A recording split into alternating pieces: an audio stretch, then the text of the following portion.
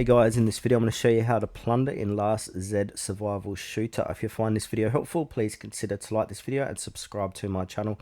In saying that, let's just jump straight into the video.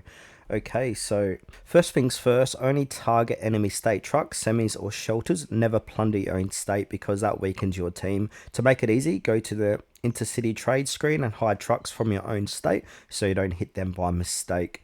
Now next, get your march ready. So max out march size, send heroes and that boost damage or looting, and make sure your troop mix matches the target. Strong vehicles and good hero skills make all the difference here.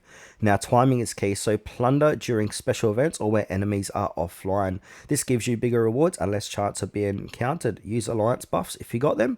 When you attack, go in fast, clear defenders and grab the loot. Focus on high value resources like food, fuel and construction parts.